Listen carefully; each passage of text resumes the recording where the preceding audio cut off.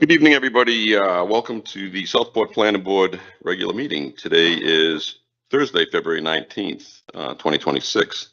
Tonight, for your viewing pleasure, for those of you that aren't in the audience but are in the audience at home, we'll call the meeting to order. We'll have the invocation, Pledge of Allegiance, the ethics statement, approval of the agenda, approval of minutes, public comment, old business, new business, staff reports, board comments, and then we will be adjourning.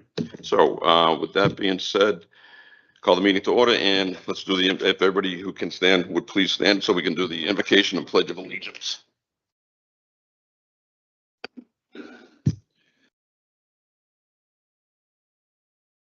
Good evening and welcome.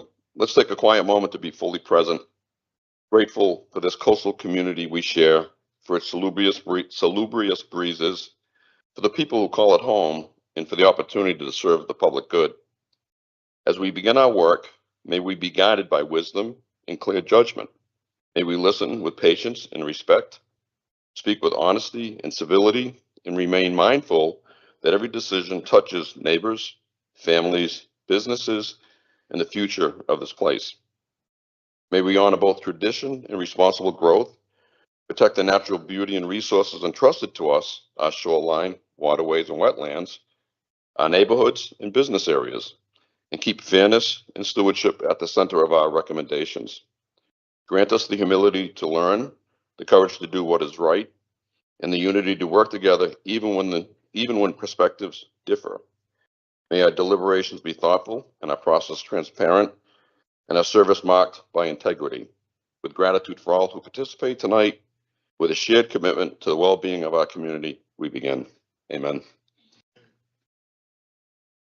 Pledge allegiance to the flag of the United States of America and to the republic for which it stands, one nation, under God, indivisible, with liberty and justice for all. Thank you, everybody.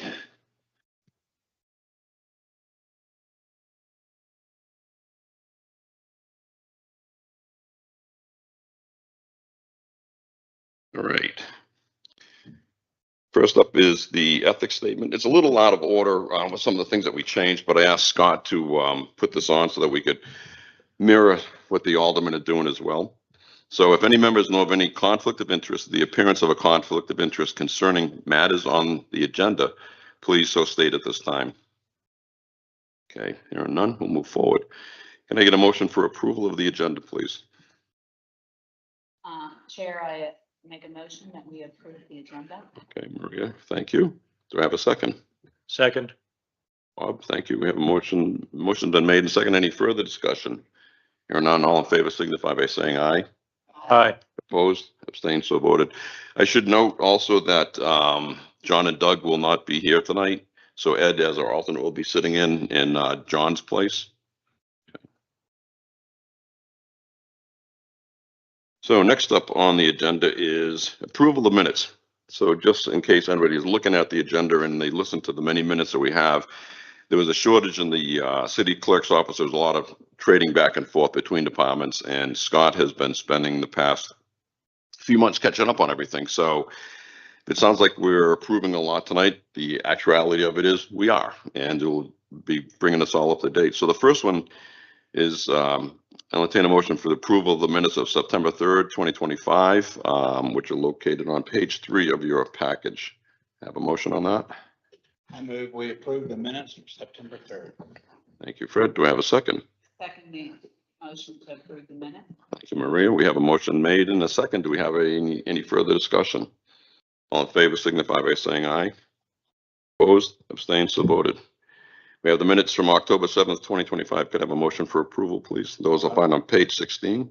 I move to approve the minutes for October 7th. Thank you, Bob. Do I have a second?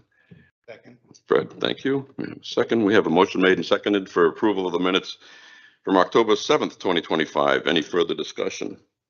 Hearing none, all in favor signify by saying aye. Aye. Opposed? Abstained? So voted. Motion carries unanimously. Next up are the minutes for the October 16th Planning Board regular meeting found on page 28 of your package. Can I have a motion on those for approval, please? I move we approve the October 16th minutes. Thank you, Fred. Do I have a second? Ed, thank you. We have a motion made and second. Any further discussion? Hearing none, all in favor signify by saying aye. Opposed, abstained, so voted. Motion carries unanimously. Next up is for the October 29th, 2025 Planning Board Special Meeting Minutes. These are found on page 36 of your package. Can I have a motion for approval on those, please? Move to approve the minutes for October 29th. Thank you, Bob. Do we have a second? Second. Fred, thank you. Motion been made and second. Any further discussion? Hearing none, all in favor signify by saying aye. Opposed, abstained, so voted. Motion carries unanimously. Next up are the minutes for November 20th, 2025, that are found on page 45 of your package. Can I get a motion for approval on those, please? Chair, I make a motion that we approve the minutes. Thank you, Maria. Do we have a second? Ed, thank you. Motion been made and second. Any further discussion? Hearing none, all in favor signify by saying aye. Opposed, abstained, so voted. Motion carries unanimously. And lastly, minutes for the regular planning board meeting of January 15th, 2026. Can I have a motion on those, please? For approval. Move to approve the minutes for January 15th, 2026. Thank you, Bob. Do we have a second? Second. Thank you, Fred. Motion been made and seconded. Any further discussion? Hearing none, all in favor signify by saying aye. Opposed, abstained, so voted. Motion carries. Mr. Clerk, we're up at public comment. Do we have any public comment? Okay, no public comment. Let the minutes show that there is nobody for public comment. Old business, Wendell, ZTA 24-05 bed and breakfast use standards text amendment, found on page 63 of your package. You're up, sir. Thank you, Mr. Chair, members of the board. Good evening. How are we doing tonight, guys? Awesome. Fantastic. Let me turn this on.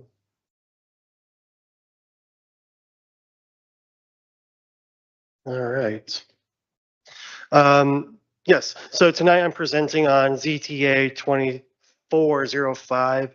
It's a text amendment that has come before this board a couple of times already, 3 to be precise.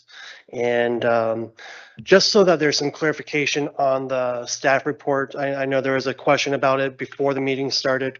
The language that's in the beginning of the staff report was the previous language that we put forth to this board that was recommended to the Board of Aldermen that they invariably wanted more clarification on, but is not part of this text amendment right now. It was just for the background of where we've been and where we're going. So if there's any questions, I'd be more than happy to clarify that before I launch into my text amendment. Thank you. So ZTA 2405 is a proposal to amend the UDO's language as it pertains to the land use bed and breakfast. As outlined in the staff report, this is not the first time this proposal has came before the board. The previous iterations were recommended for approval to the Board of Aldermen. That board invariably wanted more clarifying language or different options before they would hold a vote.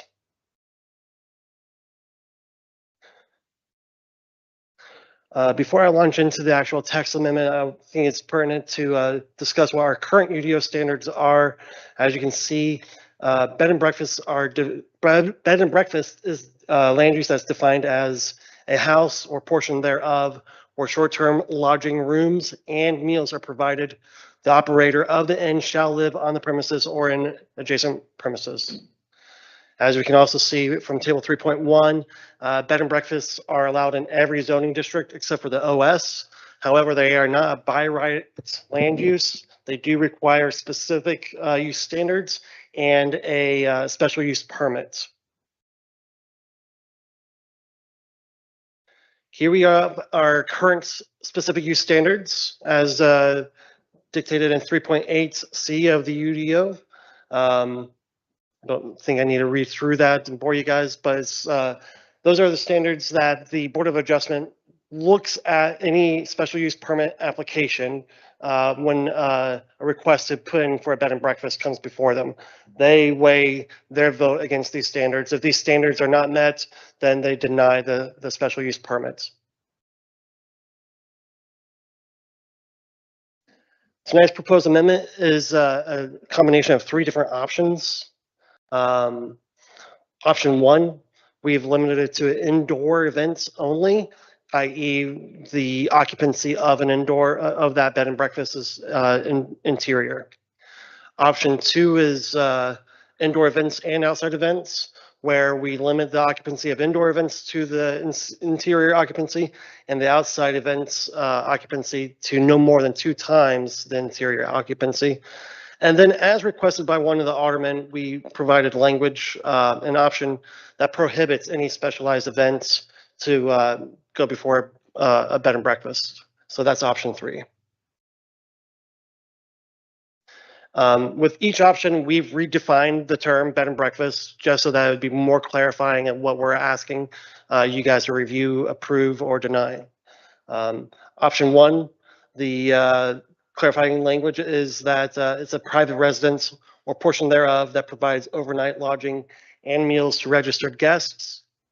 Private indoor only event services can be held for overnight guests or outside guests, not to exceed the occupancy of the establishment as determined by the fire marshal. Essentially, we just added language to say that you can hold a specialized event such as a wedding or a wedding reception here. However, you cannot exceed the maximum occupancy of that interior as set by the fire marshal. Here are our amended specific use standards. Essentially, the only standard that we really are amending is we're adding to standard number 2, the management plan. This is in regards to option number 1. The management plan application for the B&B shall include a management plan that will be approved as part of the special use permits. Approved events outlined in the management plan must meet the following standards. And here we outline our standards of what has to happen for this bed and breakfast to be able to host specialized events. Such standards as special events shall not exceed 2 occasions in a 30-day period, or be concluded, they must be concluded no later than 8 p.m. in the evening.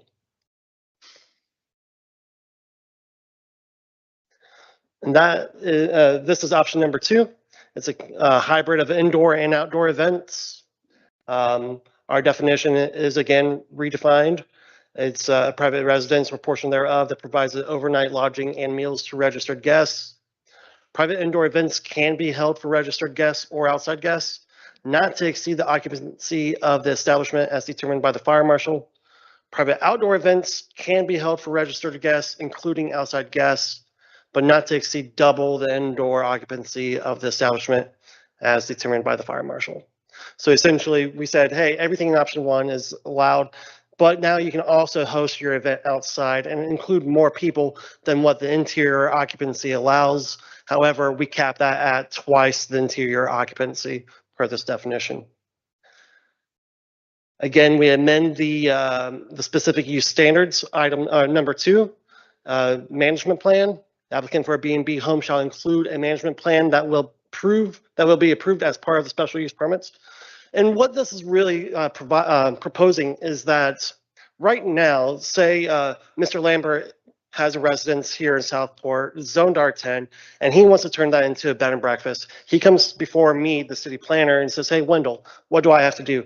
I say, you fill out the special use permit application, and you have to show you meet these current standards, those 3 that I showed you back on slide 3 or 4. If you meet those current standards and then you go before the Board of Adjustments, they will hear your case and they will make a determination whether to grant your bed and breakfast or not. What we are proposing here is prior to going before the Board of Adjustment, we as staff would look at your management plan. Whereas right now, we don't look at the management, we just require a management plan. But what we're proposing is we as staff would look at your management plan, and we're asking that if you do want to hold Mr. Lambert a wedding, for instance, you spell out the types of events that you want to do. You spell out your occupancy, you spell out the frequency and the time and all that stuff in your management plan. And that's what we present to the Board of Adjustments, in which they will then determine your special use permit based off of that. So whether we go with option 1 or option 2, we staff did decide that we needed to add another term We added the language of, and defined what a bed and breakfast management plan is. And I'll read that out loud. It is a comprehensive written document serving as an outline of a daily operations, staffing, and policies intrinsic to that end. The management plan outlines the full extent of any events the applicant may wish to, will host at the bed and breakfast. So if you vote for option one, we ask that you include this proposed definition, or for option two, we ask that you include this definition as well. Finally, option three, this was a request by one of the aldermen that we would provide language that prohibited any kind of event other than just the standard bed and breakfast. You stay not overnight and you're provided a meal. I think no matter how we move forward, we need to decide if this is what you guys as a board would recommend to the alderman, or if you would recommend any of those two previous options.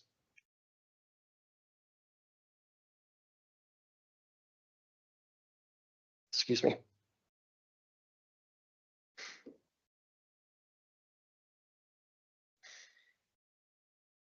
I don't know why it changes course on me. I promise I'm clicking the same arrow and it just.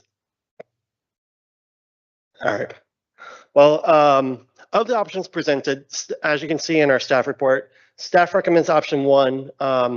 We find that it strikes a balance between maintaining the nature of the residential zoning district while allowing B&Bs to host special events such as weddings, receptions, and/or special dinners. If you're asking yourself, why are we even entertaining this conversation? As detailed in the staff report, essentially what happened was in 2024, we had a gentleman, a citizen, ask to transfer their single-family residence into a bed and breakfast with the specific desire to host weddings. This individual was granted the special use permit for a bed and breakfast. However, the Board of Adjustment denied them their ability to host specialized events such as weddings and whatnot. The whole occasion, while this is a staff-led text amendment, the whole occasion just highlighted the fact that there's a lack of a land use for like events spaces like a wedding venue or whatnot in the B&B, and we see that bed and breakfasts could potentially hold that as an accessory to them. That concludes my presentation. I can answer any questions regarding it or the staff report. Yes, ma'am. I have a question. I am wondering about the conclusion by 8 p.m. at night. If I'm hosting an event in my yard, at my home, elsewhere, 10 p.m. is typically the late night requirement. 8 p.m. seems a little early, and I know that we have noise issues, but that seems restrictive and prohibitive to me. Is there a particular reason? 8 p.m. was a number that I came up with because we, at the end of the day, we want to protect the residential zoning districts. If you are my neighbor and I host a party twice a month at my house and it lets out at 10 p.m., that's going to upset you. Whereas 8 p.m. is a little bit more manageable. I think it's a little bit more of a neighborly suggestion. They have to notify the neighbors anyway, which is written into your option. To me, it seems it's a negative when I look at that because it's essentially more restrictive than a neighbor who's having a picnic in the backyard. Just a comment. Noted. Yes, ma'am. I think, so just to justify where the 8 p.m. came in, we, at the end of the day, want to protect the nature of a residential zoning district. We're not trying to make this into a commercial venture that has parties twice a month up to 10 p.m. I understand your point. I'm just explaining how we came up with 8 o'clock. I have a question. So I'm a little bit confused. Maybe I'm missing something here. So you've got your definitions, option 1, 2, and 3. And then you've got your use standards, option 1, 2, and 3. I'm confused by the repetitiveness of option 1, 2, 3. Am I missing something? Oh, sorry if that wasn't more clear. So essentially, option one is the definition and the modification to the use standards. Option two is the definition and the modification to the use standards. Option three is the definition and we retain the same use standards that are existing. So it's not like, there's not a total of 6 options, 1, 2, and 3 twice. It's 1, 2, and 3 definition and use standard amendments. Does that, I'm sorry, I guess so. is that So tracking? I have some opinions that, first of all, I think APM is reasonable because an R10 neighborhood is meant to be residential. What we're talking about is somebody's running a business for profit. And if somebody lives next door, they should be entitled to the quiet enjoyment of their real estate. So I don't see that there should be any outdoor events whatsoever because of that, whether there's noise or no noise.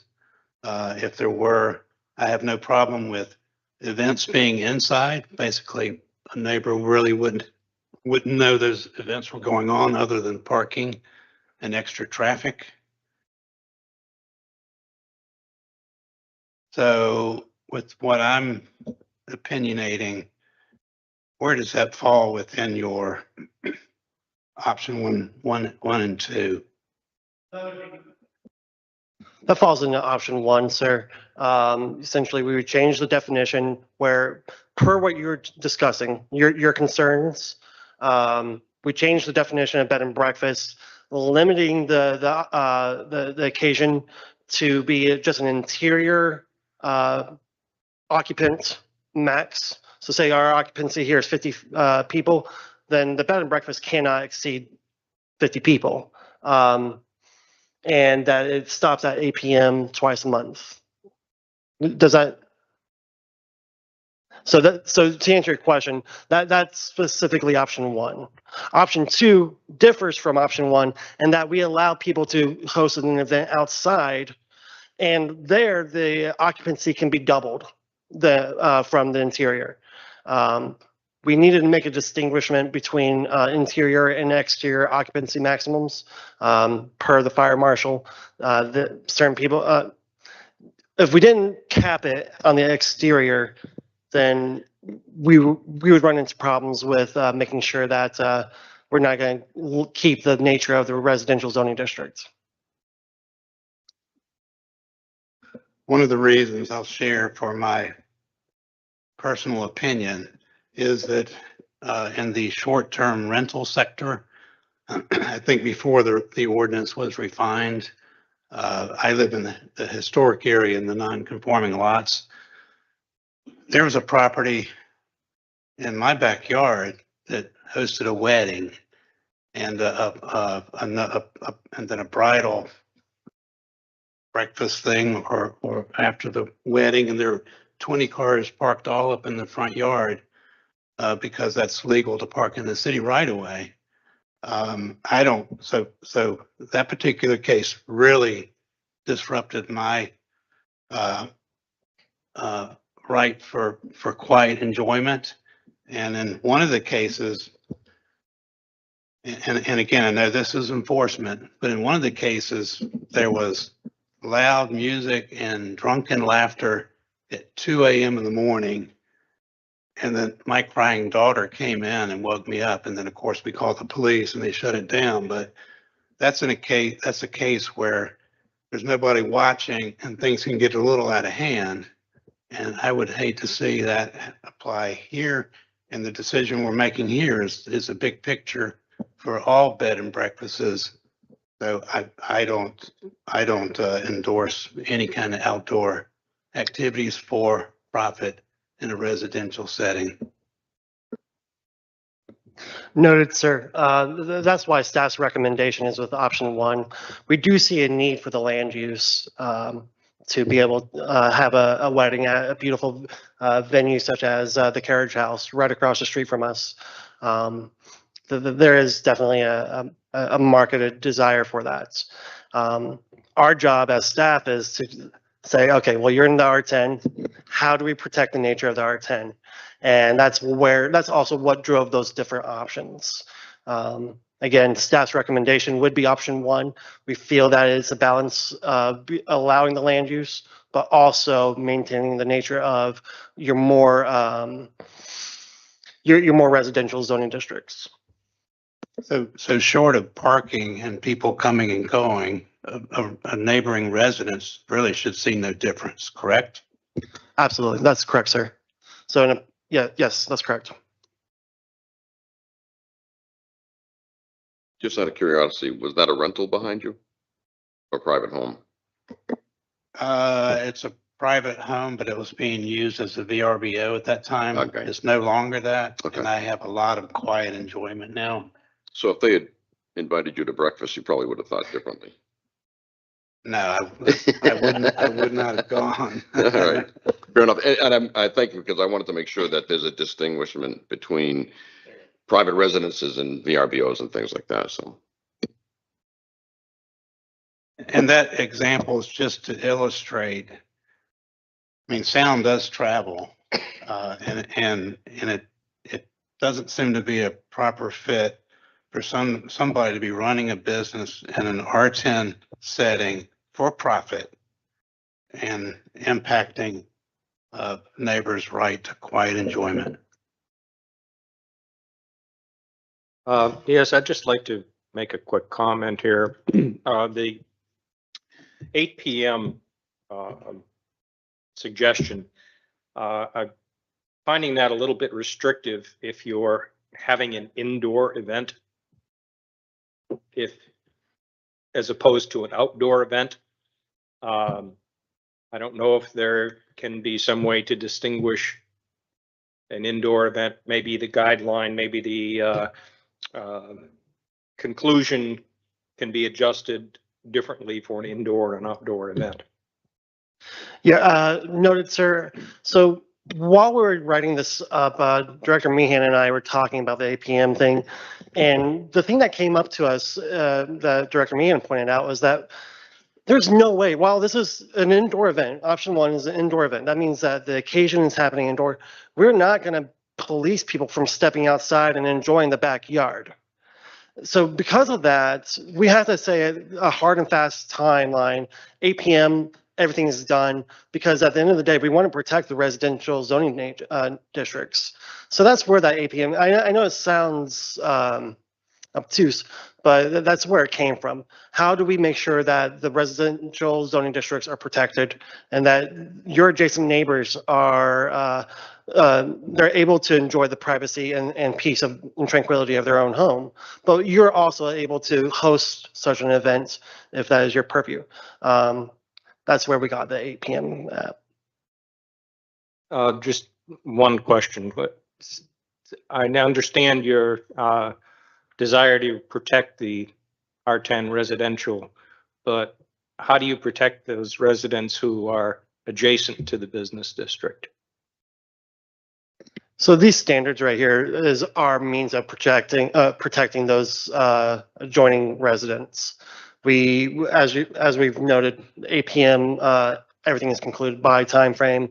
You're notifying your neighbor within 30 days of the event, things like that. So that's how these standards were created with the intent of protecting the adjacent neighbors. I have a comment. I understand the need for 8 p.m. from a perspective. I kind of resent the fact that it's because it's a for-profit bed and breakfast. I didn't realize that we were restricting for-profit items. So I understand Fred's comment, and that's he wants a quiet residence. But it can't be just because the bed and breakfast is for profit. We want business in Southport, and we want people to do things that create that atmosphere for us to survive. So that's one comment. Number two is that you have cited in option one and option two a management plan. Do you have a template created for that? Because in order to get it through central staffing with I'm submitting it 30 days prior to, I'm trying to have a wedding, I'm trying to coordinate my caterer. I have music that I want until 8 PM, so it can be really quiet. And then I need to get it approved right away because I have to notify my neighbors. I can't notify them until I get approved. So there's a logistics issue that I think your 30-day management plan is too short. Because in order to get it approved, the approval should be 30 days prior to, so I can notify my neighbors, so I can identify the rest of the items. And I would recommend that you have a pre-developed template so that everybody fills out the same information, much like we do with permitting and everything else. So that's an additional comment related to that, if you will. Great comment. Thank you for bringing that up. This is an opportunity to clarify. The management plan is what you present to me at the time of special use permit request. You show me that management plan. It's not a management plan per occasion. It's just a blanketed management plan that says John Bob Jones is he's going to be the proprietor, and Billy Elliott is going to be the manager, and our hours of operation is this, and the extent of our services are these, and et cetera, et cetera, et cetera. It's a general management plan that we are stipulating here, not an individual Occasion. event by event management plan. Fair, but that's not clear in the way it's written up to me. When I see I have to have a management plan and application, I didn't take it that way. So that. Pardon me for not clarifying that. So essentially, as the ordinance is written right now, we just ask for a blanketed management plan as part of that second specific use standard. Okay. That's so rather than explain what that is. So I apologize. I probably should have broke down what that was more. But rather than explain what that is in the text amendment or in the staff report, the management plan is just a one-time document that you present to me, that I present to the Board of Adjustments, and that they dissect and make sure that it's not something that you're proposing is going to be wildly out of character for that house or that location. That's fair. My comment related to getting approval for that occasion, it still needs to be at least 30 days if I have to notify my neighbors and do everything else. So that you may have that occasion that is being presented still needs to be approved at least 30 days out because you have to commit with everything else going on. So that's kind of my commentary. Yes, ma'am. Thank you. Wendell, can you explain the rationale behind the special events not exceeding 2 occasions in 30 days? Is that somehow to mitigate excessive partying in my neighborhood? Yes, sir. It's to protect the residential zoning district. That's really what it is. We're not trying to make wedding event venue its own primary land use. That is now allowed in any residential zoning district. That is not the case. What we're saying is accessory to the bed and breakfast, you may be able to host a wedding or a reception up to twice a month as an accessory to what you're already doing now, not as a primary land use. So that's where the rationale comes from, sir. Just, it's all in the name of preserving the nature of the residential zoning district.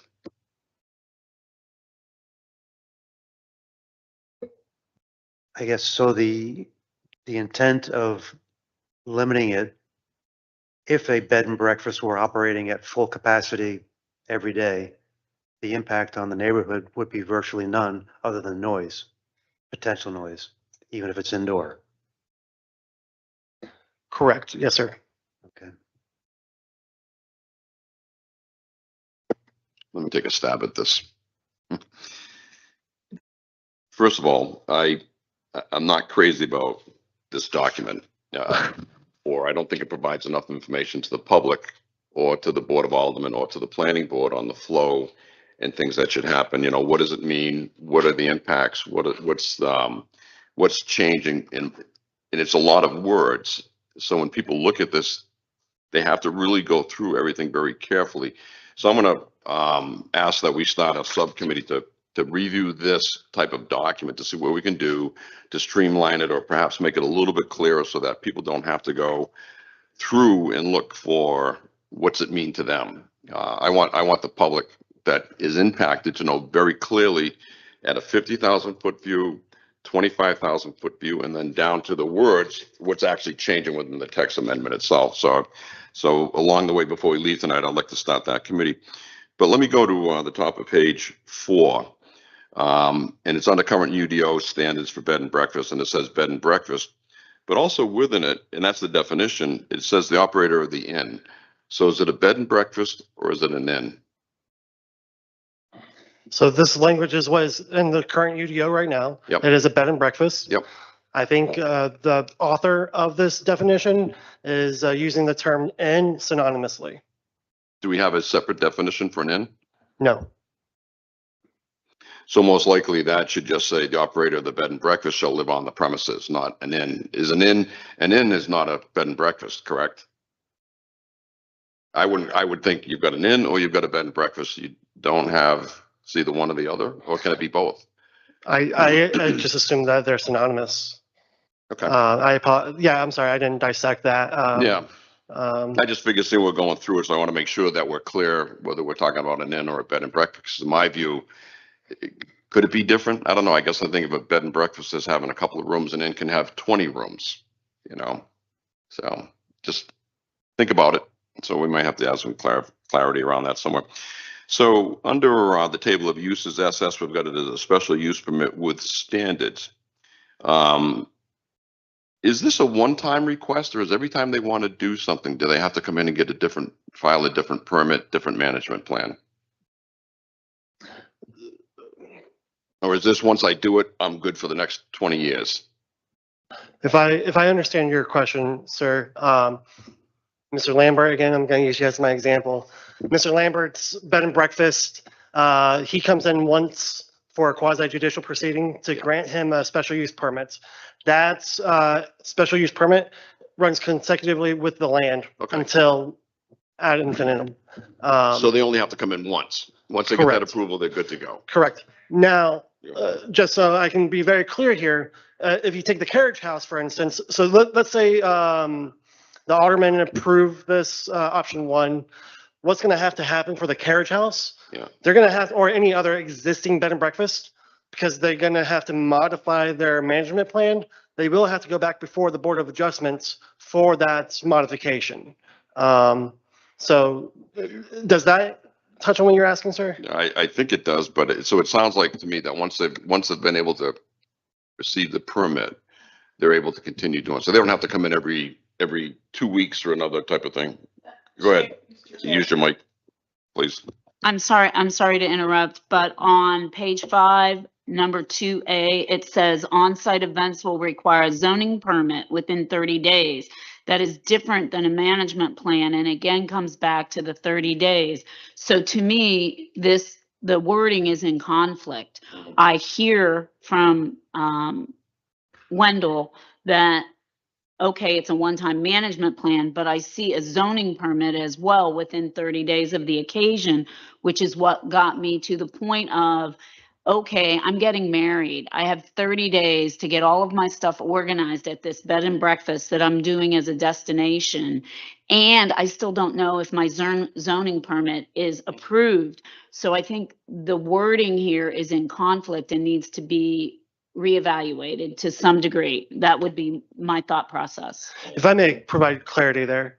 So the management plan, again, it's a one-time thing that's dictated by the North Carolina General Statutes. Okay. If you go before the Board of Adjustment for a special use permit to operate a bed and breakfast, you have to, per North Carolina statute, have a management plan. Option number 2, what we're discussing with that zoning permits, that's how we as staff manage the fact that Mr. Lambert isn't having multiple weddings over the course of the month. He's having 2, and that's our way of policing that. So the zoning permit, while yes, we require 30 days previous before the occasion, that's just so that we can make sure that you're not having multiple wedding or big events in a 30-day period. Does that help? Not really, but thank you. Let me keep on going if I could. Thank you for your patience. Not trying to beat you up. Just want to make sure we do the hard work before it gets to the Board of Aldermen so that once it gets to them, they'll be very happy and go along joyously. And yeah, anyways, so when we talk about use standards, those are the use standards that you recommend on section 3.8, not in residential use standards. So essentially there's three: sanitation, a management plan, and a non-site manager. That's it. Those are the use standards for granting the permit. That's correct. Yes, sir. Okay. So if you look at page 4, Yep. under current UDO standards. Yep. Section 3.8. Yep. Those are the standards that we have presently. Okay. So there isn't anything in those standards other than no later than 8. Is there anything any earlier than 5 in the morning? Could you have a sunrise service at 5 in the morning? So just give some thought to it.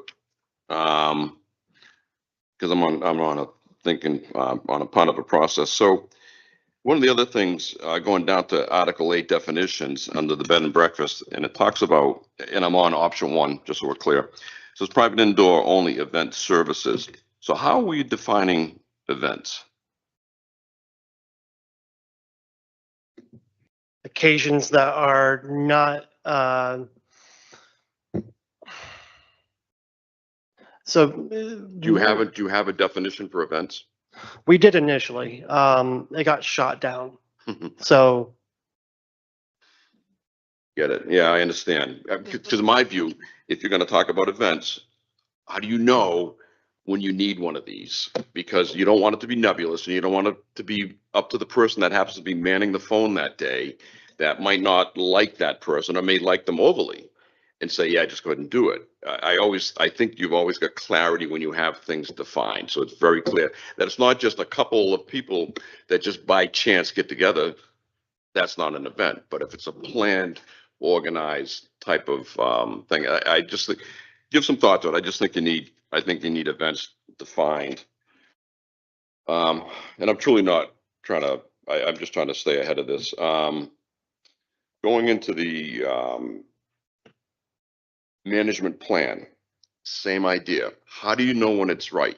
How do you know when Maria says, you know what, I'm going to have a special event? And that's all I'm going to tell you. Fred says, I'm going to have police cars outside to make sure that we have traffic control and things like that. How do you know when that management plan is sufficient, and that, again, it's not up to any one individual to decide whether they like Maria or don't like Maria and makes her jump through hoops to get the permit? You understand what I'm saying? I do. So currently, that's not a thing that we manage, that we evaluate. It's a check in the box. Do you have a management plan? Yes or no? And we present that to the Board of Adjustments. They just say, yes, you have your management plan. This is who's in charge. These are your point of contacts. This is your insurance.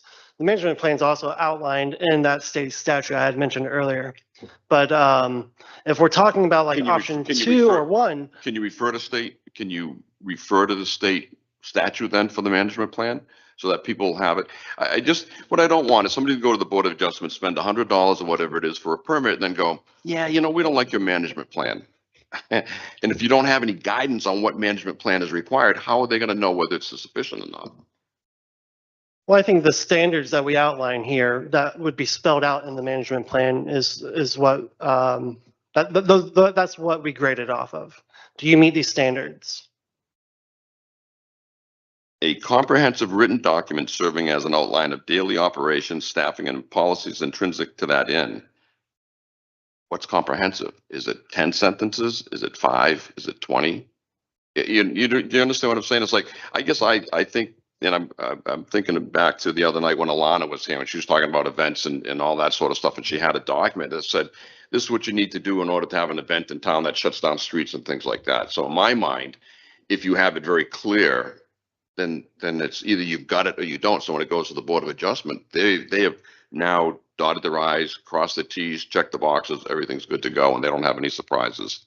Especially if we're talking 30 days before an event. You kind of Well, that's the zoning permits, not That's a zoning permit, is 30 days before the event. The management plan is, again, the one-time document that you present to the Board of Adjustment that spells out what the limits of you're proposing to do with your property and who's in charge, what your insurance policies are, et cetera, et cetera. And the zoning permit is obtained by the Board of Adjustment, right? No, that would be a staff level review. I would review it. Yeah, excuse me, administrative review. So I've got a bed and breakfast. I want to have a wedding. Walk me through the process. Has the Board of Aldermen approved a Yeah, text amendment? Yeah, yeah. Let's assume that everybody's done this. So walk me through like you're creating a flow chart. What are the steps that are necessary for Larry Ashley to get a permit for a wedding at his bed and breakfast that's going to have 6 people, two overjoyed sets of parents and the happy couple? So essentially, 30 days prior, you will, on-site events will require a zoning permit within 30 days. So you'll go to the City of Southport's permitting portal. You'll apply for a zoning permit. On that permit, you'll stipulate what your occupancy max is, however many people you're expecting, the dates, the timeframes that you're operating on. This is just administrative information. You'd fill out that zoning permits. Admin team, I myself would review that, making sure that it's within keeping of our standards, and then I would approve it, unless you've exceeded 2 in a 30-day period. In which case I would say, unfortunately, you can't have this event on this date. So at what point does the Board of Adjustment come in? Long before that. So And that's what I mean thought by we were on walk the me, basis walk that me you through are everything I already need at to bed and do. breakfast. Right, walk me through everything I need to do to do this. So you're saying that I would have already been to the Board of Adjustment and received their approval? Correct. So, all right, let's assume that Mr. Lambert is going for his bed and breakfast special use permit right now. Yep. And just for the sake of argument, you're like, hey, Wendell, staff's recommendation for option number 1 rocks. We recommend approval of that. The aldermen are like, hell yeah, we love option number 1. All right, so that's the standard now. That being said, Mr. Lambert comes to me and says, hey, Wendell, 1171 Hogwarts Drive wants to be a bed and breakfast. I'm like, righteous. Let's fill out the special use permit application here. You have 30 days prior to the next Board of Adjustment meeting that you have to have this application vetted, not turned in, but vetted and perceived as completed. If you meet these standards, the specific use standards, and your application is deemed complete, then we will put out a public notice stipulating, hey, Mr. Lambert is requesting a special use permit, and the Board of Adjustment dates will be on this date at this time at this location. So that's how a regular special use permit process would go. And then once there, Mr. Lambert would staff would present the who, what, when, where, and why of this particular case. We'd paint as accurate of a picture as possible for the board so that they can make as well informed decision to grant or deny that special use permit. And then if Chairman Mao has questions, he can ask me those questions, or he can ask Mr. Lambert those questions. If Mr. Fisk, who is Mr. Lambert's neighbor in this scenario, has problems, he will have time to express said problems. Mr. Lambert will be given time to rebut said opposition.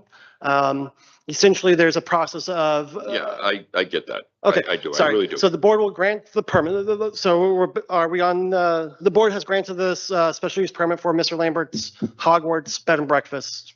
All right. Now, he wants to host a wedding at his bed and breakfast.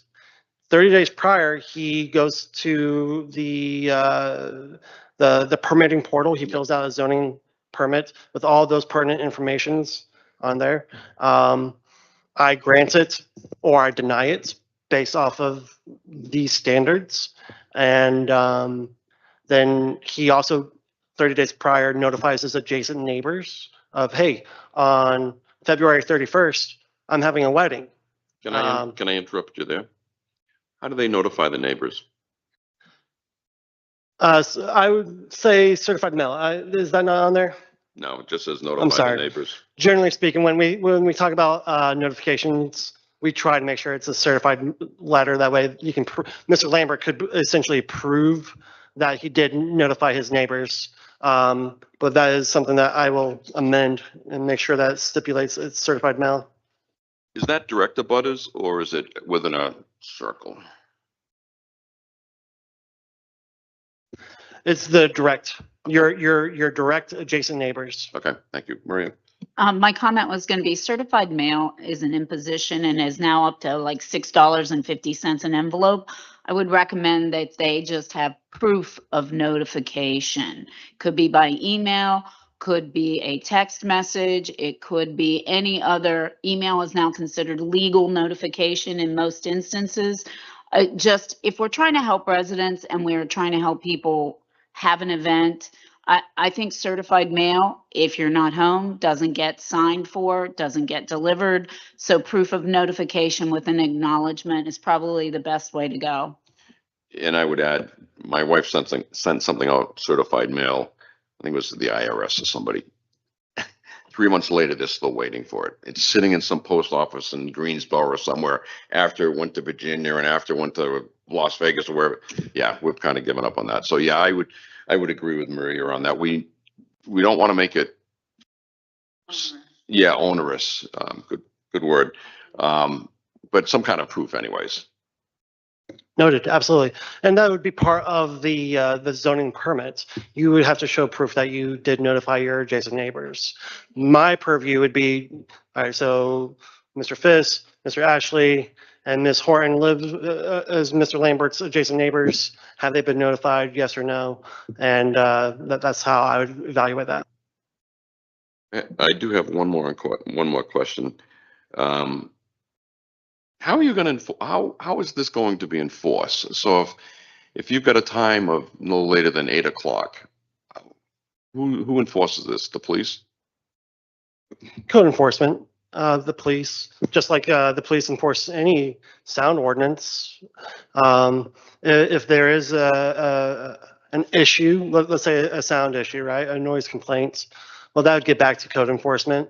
Then code enforcement would write a zoning a zoning violation letter, and that's how that would be enforced. So do you have anything from a zoning violation or a zoning enforcement that would say after this happens 2 or 3 times, you're out? How would you do that, especially if you've already been to the zoning board of adjustment and they've already said you can do this? How do you undo that? That's an excellent question that we haven't mapped out.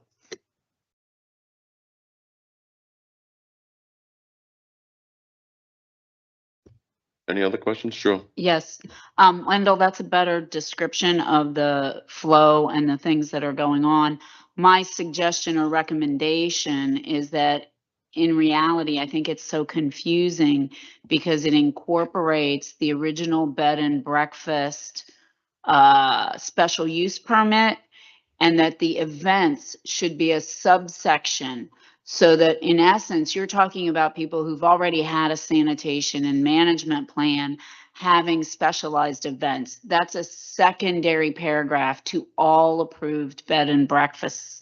And I think that that would have eliminated some of the questions today related to all of the other items. I also do think events should be described, because if I die, I want to have a wake and I hope it's a hell of a party, and I would hope it goes beyond 8, but in reality, you never know if you're going to have a wake or a wedding or some other meeting group. I also think that for clarification, even though the special event, you can give the approval in the portal for 30 days, I do recommend that you increase that to 45 days, because not only do you have to approve it, they might submit it on a weekend and you're not in for 2 days. You might also, you have to notify the neighbors. However, it says within 30 days of the occasion. 45 gives you a chance to do those logistics that relate to those kinds of items. It's just something that from a practical standpoint makes more sense to me. So you're thinking, the permit 45 days out in order to do this? So you need that much of a lead time? Because It just gives a buffer. If I'm gonna notify my neighbors, I'm gonna wait until I get Wendell's approval. Because if he says, no, I'm not gonna notify my neighbors until I get the approval, right? And then I'm gonna go forward with that, because if I say, hey, I'm gonna have a party, but then I get the no, because you got 8 people instead of 6 people in the bed and breakfast, you're 2 people sleeping on the floor, check, you're out. I just would wait, because you're not gonna plan that otherwise. Just logistically. yeah, no, I want to make sure, because I know it also says special events shall not exceed 2 occasions in 30 days. Is that 30 calendar days, 30 business days, 30, how does that work? Just 30 calendar days? So the standard measurement.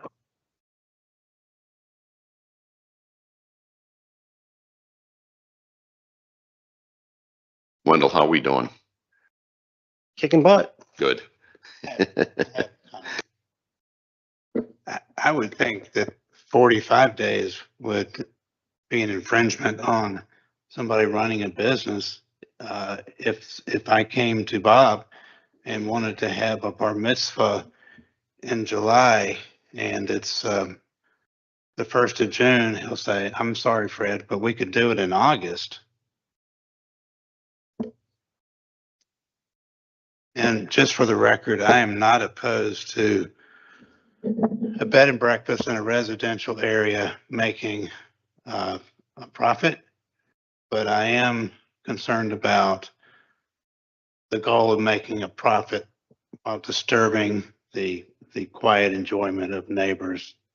Basically, that means outdoor events. Thanks, Fred. I didn't. Yeah. So I think we've had some good discussion. Thoughts by the board? Do you want to act on this, or would you like them to go back and perhaps work on it a little bit more with all the comments that we've had, get some clarification, make sure that we've got, because I just don't want to send this over to the Board of Aldermen before it's ready. Noted. I'm all about making more clarification, but if there's terms that you want me to define, I would love to have that list. Things that I thought of as a defined term, like the word comprehensive, for instance. I don't want to split hairs on what universal terms are. I agree we should probably define events. It was a calculated decision not to have that defined in here because that got destroyed at a previous meeting. But Yeah, I can come back with that term again just as easily. I also think that you need an earlier time too, so not before. So that you know, not before 8 in the morning or something like that, so that people can sleep in if they so choose. So, you know, no earlier than 8 a.m. and no later than 8 p.m. If that's what the board, or 9 p.m., whatever the board decides, we should probably get some kind of a straw poll on that, on what you thinking is on the max time at night. So if we could give Wendell some indication on what we're thinking. I think personally, I think 9 is fine. But I mean, when I think about weddings or reception, and I agree, we don't want to leave anything up to interpretation, right? When I think about weddings, though, I mean, who has them in the culturally? They're generally held in the afternoon, are they not? No. no, All right, Thursday sorry. nights, That, Friday nights, that was my understanding, that they were held. I think the luck, you want to get married with the what's it called? The hand pointing down. Yeah. Going up. Thank you. Sorry. I'm going off of like 2 failed marriages that I'm trying to remember what our standards were. So maybe that's a reason why they were failed. And I don't have a clue as to what you're talking about with the hands. I really don't. The tradition is to get married anytime the hand is moving up from like 2:30 to 3, because it's an up and a positive. Think tradition, horseshoes, you know, all that kind of like sensitive stuff? Hand grenades? No, I don't know about that. But if you're asking for an opinion, I like 9 PM better than 8. I have a question, Chair. Sure. So following up on the chair's comment about defining an event, what materially differentiates me having a gathering, a family reunion of 10 people at a bed and breakfast, and we share a meal together versus a wedding party? Is it the fact that we have third parties coming in and either providing food or beverage or music? What's the difference? What's to stop a bed and breakfast now from having an event, which is a family gathering where we're celebrating family? It's a great question. Um,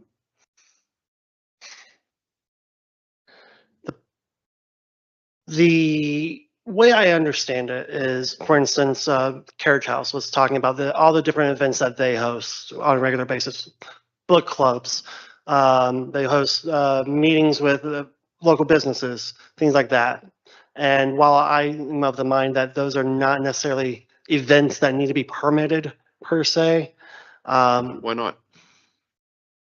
I'm because not- I don't think they exceed what they're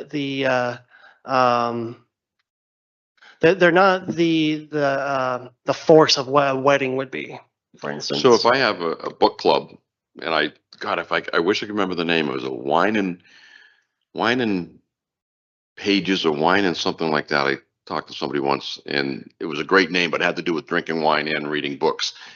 I wish I could remember the name, but anyways, so you're thinking that a book club could be quieter than a wedding? And so that way you wouldn't need a special event for a book club that you would need for a wedding?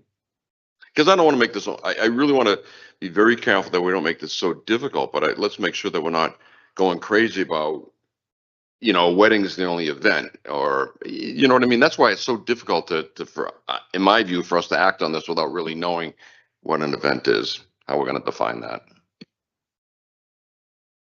Does it have to do with the material or substantive effect on the neighborhood around it? If it's an indoor event, conceivably, it could have no more impact than residents staying overnight for lodging. So what is it that we're trying to contain? If it's an indoor celebration, doesn't have to, you can still have music and laughter and loudness and not be a wedding.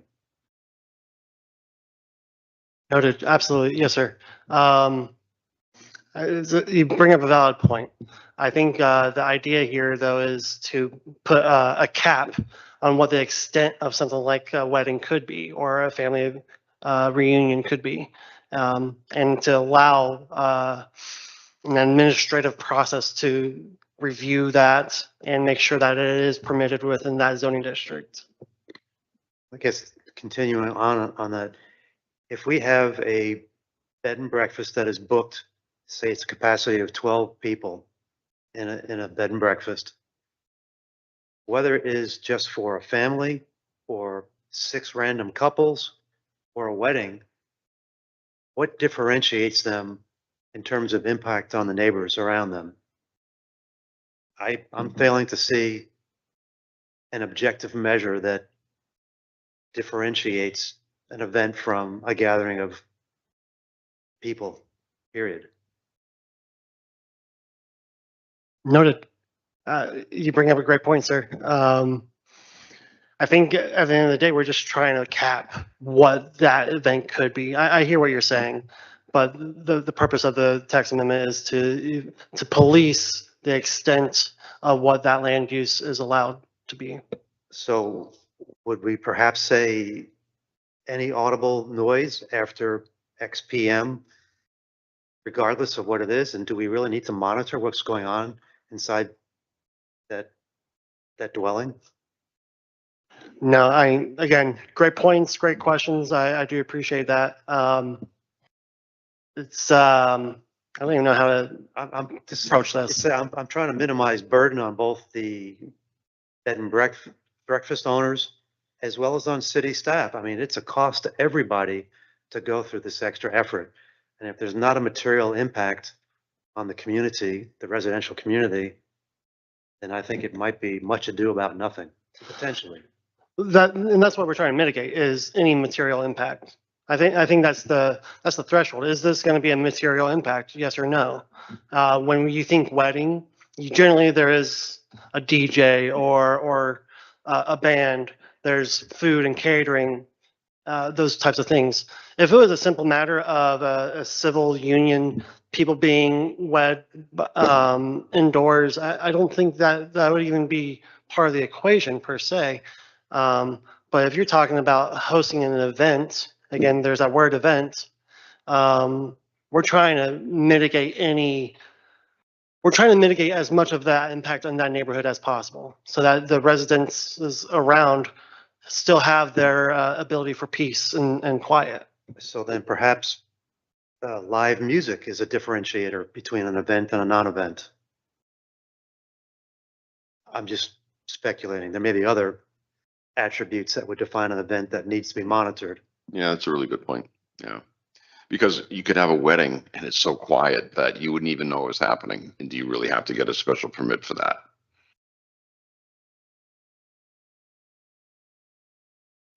So I think the definition of event needs to be honed in on. And then if I was an extremist and I had a bed and breakfast and I had an event as defined of one every day, that's a pretty huge impact. And if there's nothing saying that I can't have 30 events in 1 month, I got a book club, I got this club, I've got so on and so on. So the definition of event and the frequency, I think, is important. Would that be any different than the bed and breakfast being fully booked 30 days a month? No. So That would be a non-event. you've done splendidly. No, you have, because we're hitting you with all these questions, and I think you've held up very well.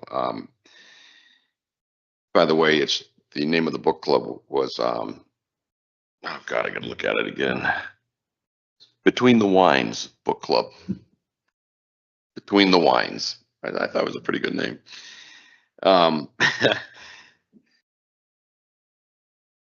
The question I have with all of this too is having the options.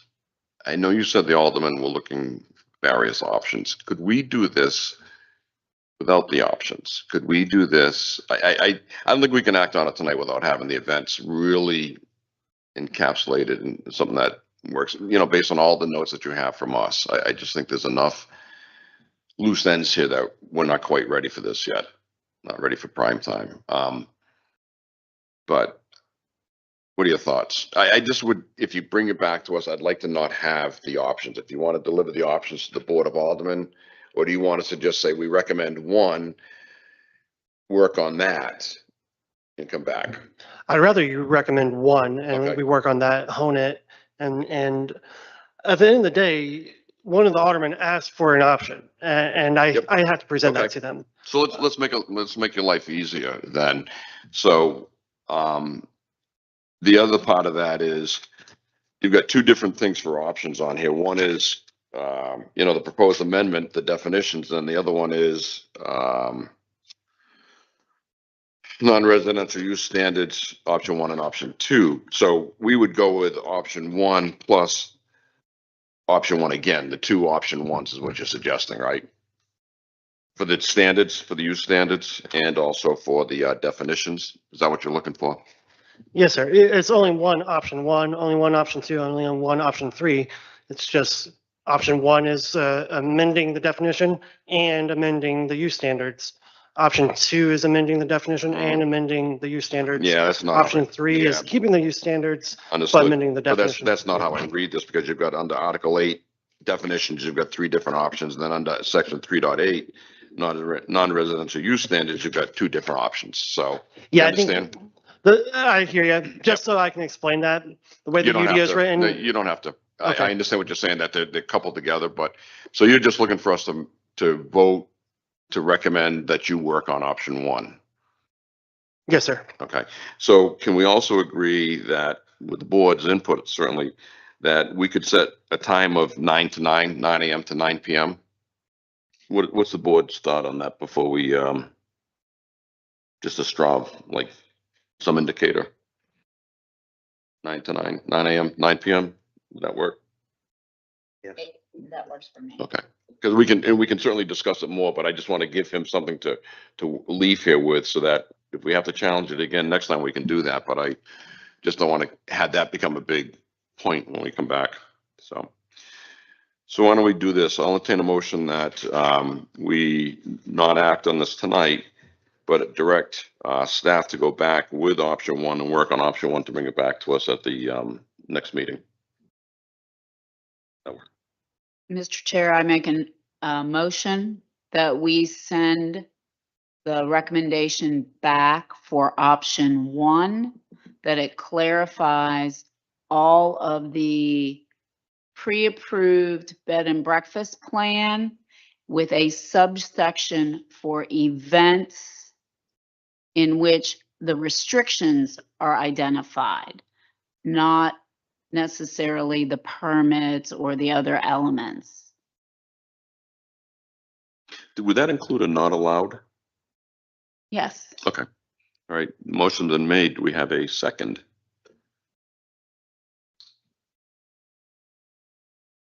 Oh, I don't hear a second.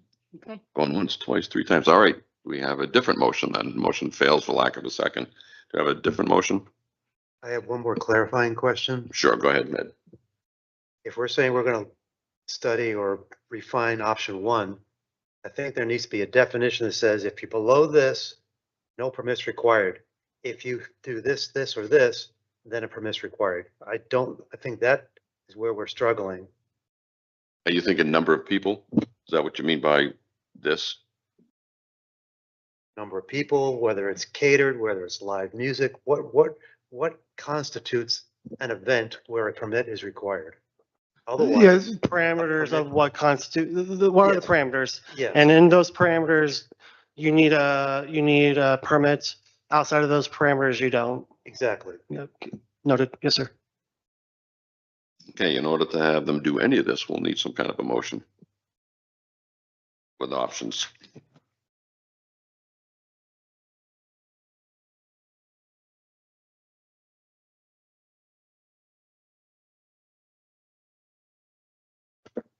I'll make a motion that we send it back to staff, considering option one and redefining the timeframes, the definition of events and non-events. I second. Thank you, Fred. Motion been made, seconded by Ed. Motion been made and seconded to send it back with option one to define events better as well as times. I think that should cover it. Motion made and seconded. Any further discussion? Hearing none, all in favor signify by saying aye. Aye. Opposed, saying so voted. Motion carries unanimously. Wendell, thank you. Hey, thank you guys. Appreciate it. So sorry, point of clarification. Earlier in our presentation, you had mentioned wanting to put together a committee. Yeah, I'm gonna put together a subcommittee that I just want a different cover page. So that way people can look at these. Right now, when you look at it, it's clear to you, it's clear somewhat to us, but it's not always clear to the person on the street. How does this impact me? Will it impact me? So I want to put together a subcommittee with two other members from the board. I'll sit on it. I just want to create, just refine this a little bit more so that it's, in my book, understandable across the board so that people can look at it high level, mid level, all the way down. It won't be difficult. Okay.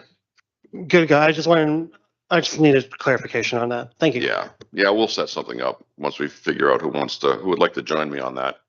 Anybody? Going once, twice. All right, I'm on my own then. Sure. I'll I'll help you, Chair. Thank you, Sport. Appreciate it. Thank you very much. What's up next? That was easy. Can we have 5 minutes, Mr. Chair? Yeah, let's recess for 5 minutes. Thank you.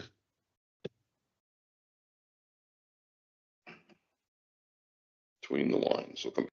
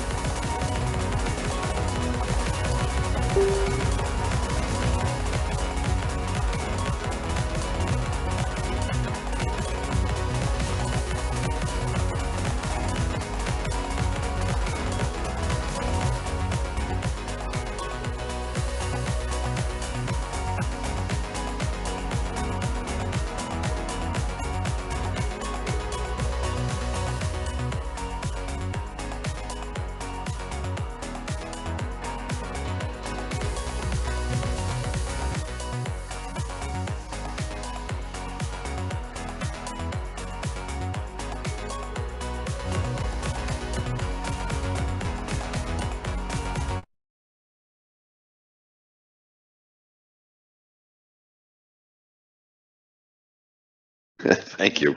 Thanks, everybody, for the break. Appreciate that. So next up on the agenda is new business, rules of procedure with a modification request.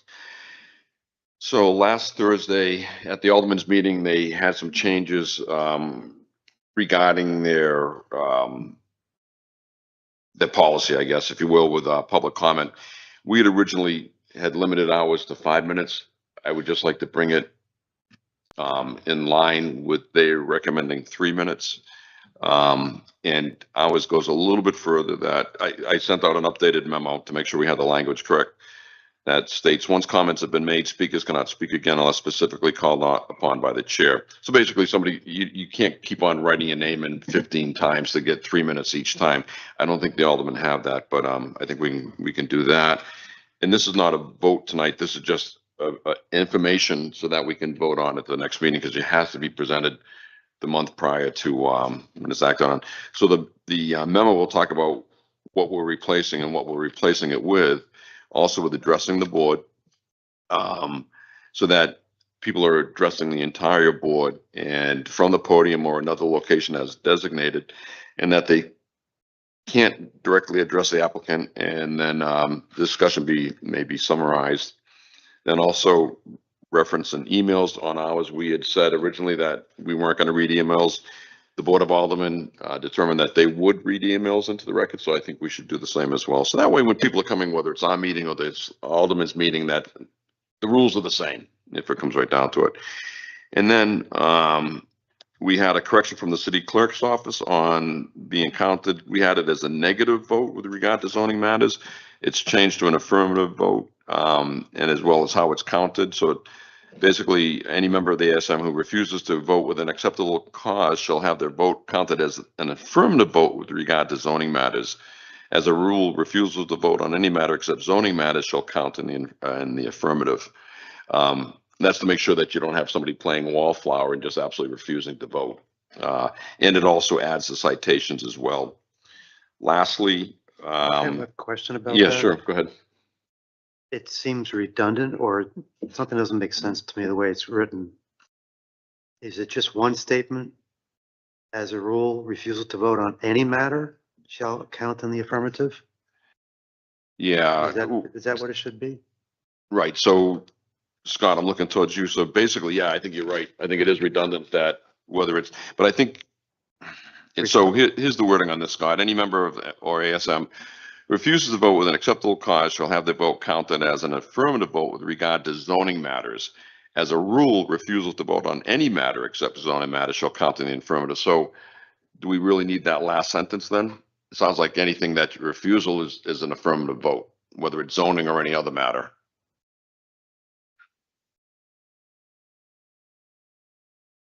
One is zoning makes it very clear, and then the other one is basically a catch-all for everything else. And I think we may have this duplicity because one was originally was a negative, and we got it corrected. So we could probably. I don't know why, but I'm having a. So we could probably scratch that last sentence. I think it's, I think it's actually fine to do that. Yeah, I would agree with that. It does seem redundant. Go ahead. Chair, I don't think we can scratch the last sentence unless you add to the one before it that a refusal to vote on any Yes. matter, Mm. because otherwise you're not including the any other matters. So the last sentence is more correct than the one before it. It should say including zoning matters. Because you're not accepting it's if you vote, if you don't vote, it's an affirmative. So you've got to scratch the except zoning matters. Instead of say, as a rule, refusal to vote on any matter, including zoning matters, shall count in the affirmative. Yes. Okay, so let's change except including. Okay, and we can take off any. Yeah, I'll take out part of it so that way it any member refuses to vote. Yeah. I just think after the red affirmative vote Yep. with regard to any matters. Okay. Then you can remove the entire last sentence. Okay.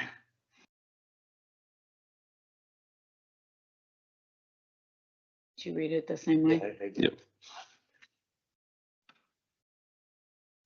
Any matter.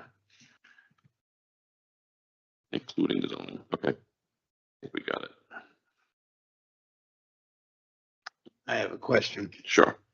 So on the emails, you're proposing to allow them to be read in their absence.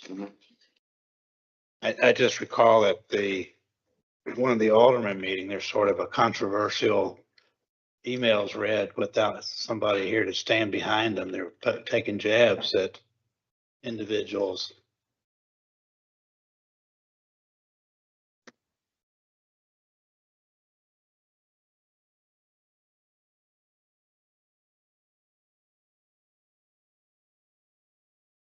Hey, Scott, the alderman in regards to emails being read at their meeting, do you know what their stance is going to be?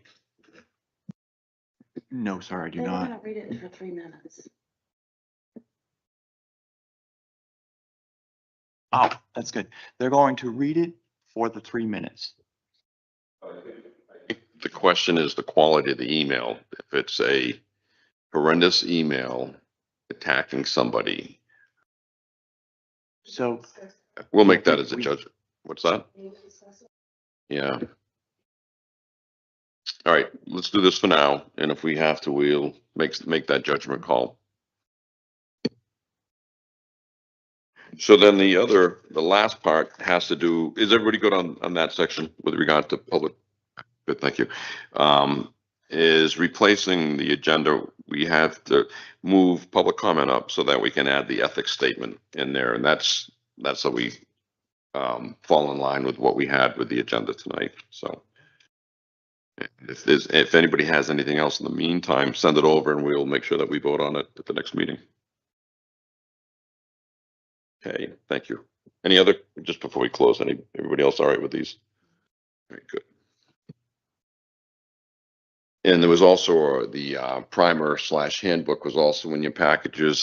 Doug made the corrections. So if you need those individually and not lumped into the package, let Scott know and I'll make sure that you get a copy of that. So nice work by everybody on those. Okay. Unified Development Ordinance Text Amendment 4, like the whole world is slid into that.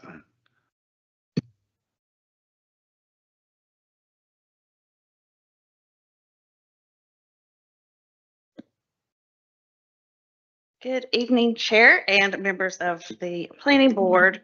This evening, we are going to be reviewing Text Amendment ZTA 2601. This is an amendment to multiple sections of the UDO to comply with the changes to 160D that were enacted by Session Law 2025-94.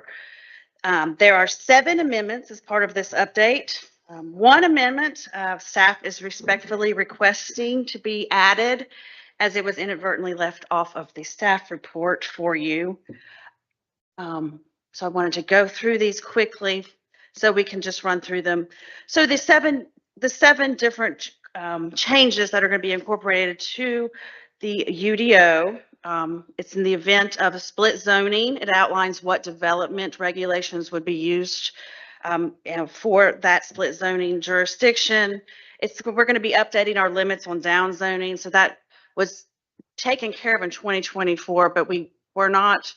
Go ahead. I'm sorry, sir. Sorry, you got to give an overview on so the public at home will understand why we're doing this because of the change that Brady recommended about the change in state laws. Okay. So these are recommendations. These are not recommendations from Brady so much as these are changes at session law that were part of the legislative session for North Carolina. So these are changes to state statute to 160D that we are updating our UDO to come into compliance with those changes to state statute. Thank you. You're welcome. So the first one we're going to be looking at is going to be a change to section 1.4, jurisdiction and zoning map. That is talking about the clause for split zoning jurisdictions, where the landowner may apply the land use ordinance of the local government with the majority of total acreage, if they so choose. The second one. Well, can I hold you on that one? Yes. Let's go through these, so we're not back and forth if we could. Do we have any properties in the city that this could run under? Yes, there are several that this falls under. There, unfortunately, when the ETJ was drawn, they just did a radius of 1 mile, a circular radius from the center of the city. So where those lots are no longer within the ETJ, some of them have a county zoning and a city zoning that are a part, that would be applicable to this. So at the end of the day, as I read this, a landowner may elect to apply land use ordinance of the local government with a majority of the total acreage on the parcel land. So they got 5 acres in the city, 10 acres in the county, they can use the county zoning. That's correct. Okay, thank you. Yes.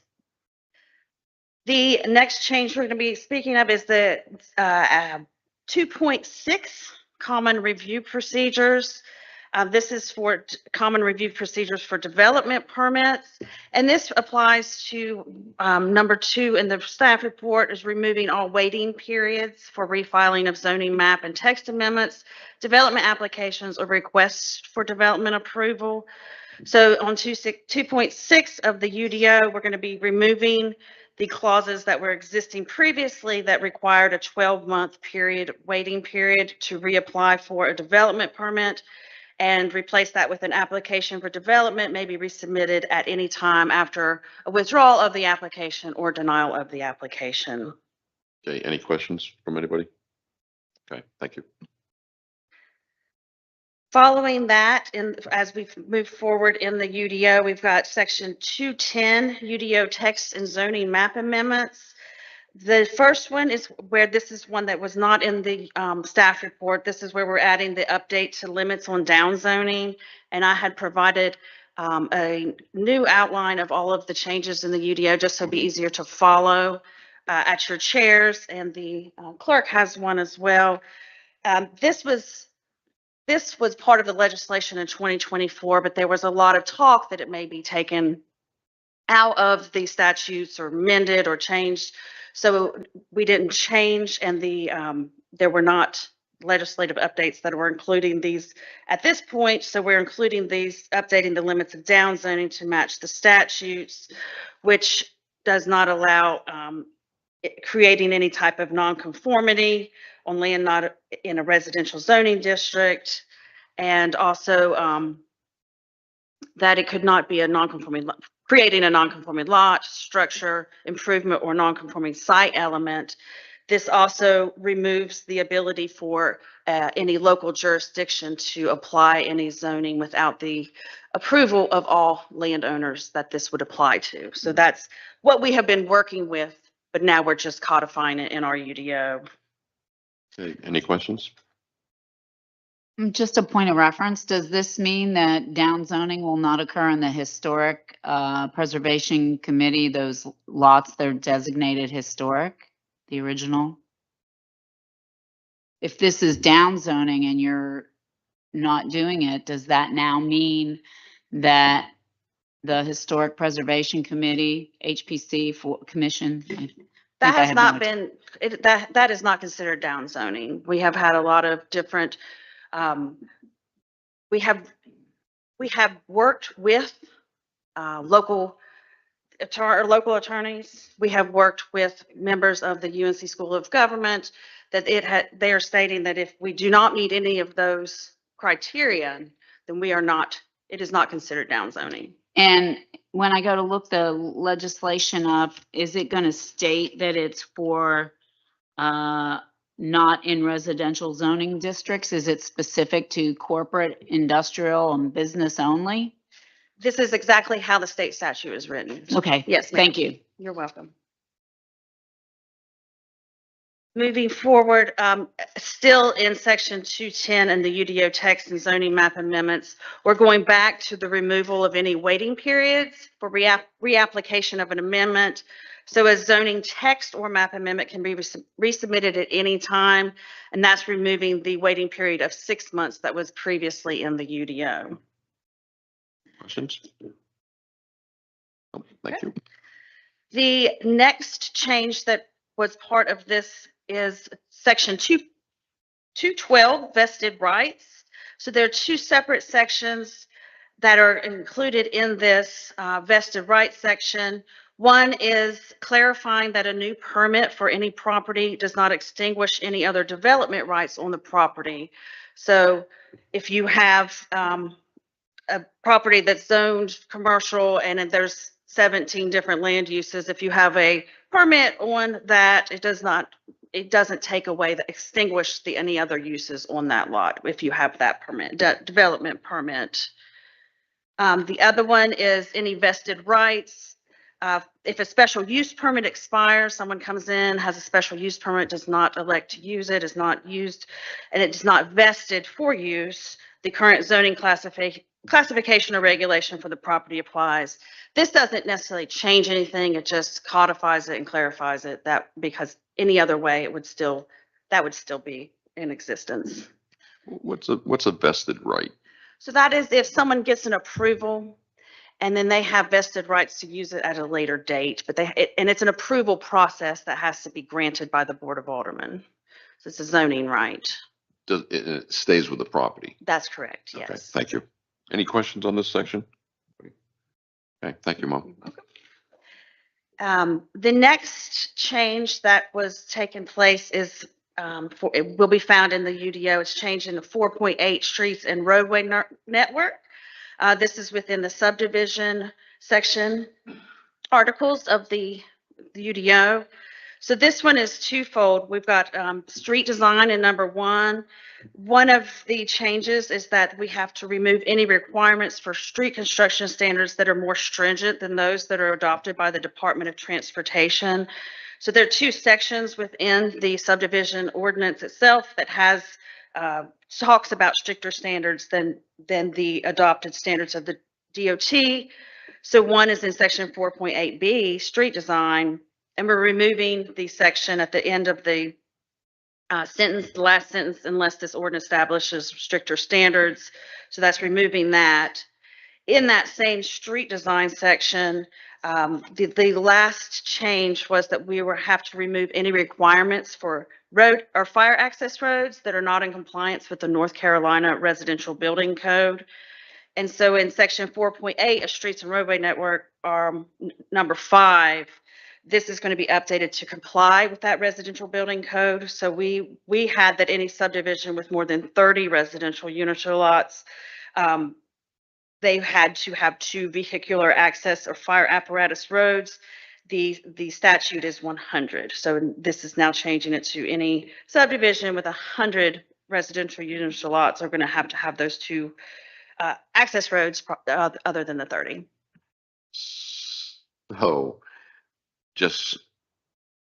So somebody could actually do a subdivision of up to 100 homes with 1 road. With 1 road into to the property. It doesn't say it. Technically, yes, you could have 1 great big long road if you wanted to. This is stating that you have to have a second entrance access that is for emergency vehicles. If you have 100 homes. That's correct. Yes. Thank you. Any questions on these? Yeah. Sure. Can that second entrance be gated, like with Yes. the emergency gate? Yes. Only for emergency vehicles? Yes. And you'll see that if you, the most recent subdivision that we have approved, Turtle Bay out on River Road, that has 100 lots and their secondary access is going to be siren. It will be gated with a siren to allow the emergency vehicles as necessary. And then the last change in this update is going to be in section 4.8C. And this again removes stricter standards for street construction. The city had outlined some standards that were above and beyond the Department of Transportation's standards, and we will remove those now. And it'll be that any pavement design standards will be in accordance with the adopted rules and standards of the DOT.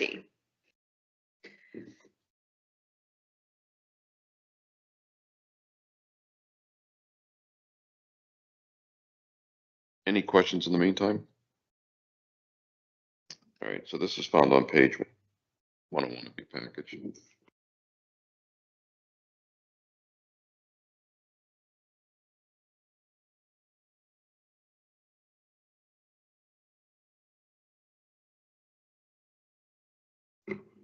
So I'll need a motion on recommending this for approval to the Board of Aldermen. Somebody be so kind to make it, if that's what they would choose. Chair, I recommend that we approve the Unified Development Ordinance updates per State Legislature 2005-94 as presented here tonight. Great, thank you, Maria. Do we have a second? Give Fred, Fred second. Motion been made and second. Any further discussion? Hearing none, all in favor signify by saying aye. Aye. Opposed, abstained, so voted. Motion carries unanimously. I'll read the statement of consistency. The City of Southport Planning Board hereby finds that the proposed text amendment is consistent with the city's 2050 comprehensive plan adopted on October 9th, 2025. Annual updates to local ordinances ensure that development is orderly and following statutory requirements. The planning board recommends that the Board of Aldermen approve the zoning text amendment. Okay, thank you. Nice work. Really nice work putting this all together too, both of you tonight. Other board and committee planning items, staff reports.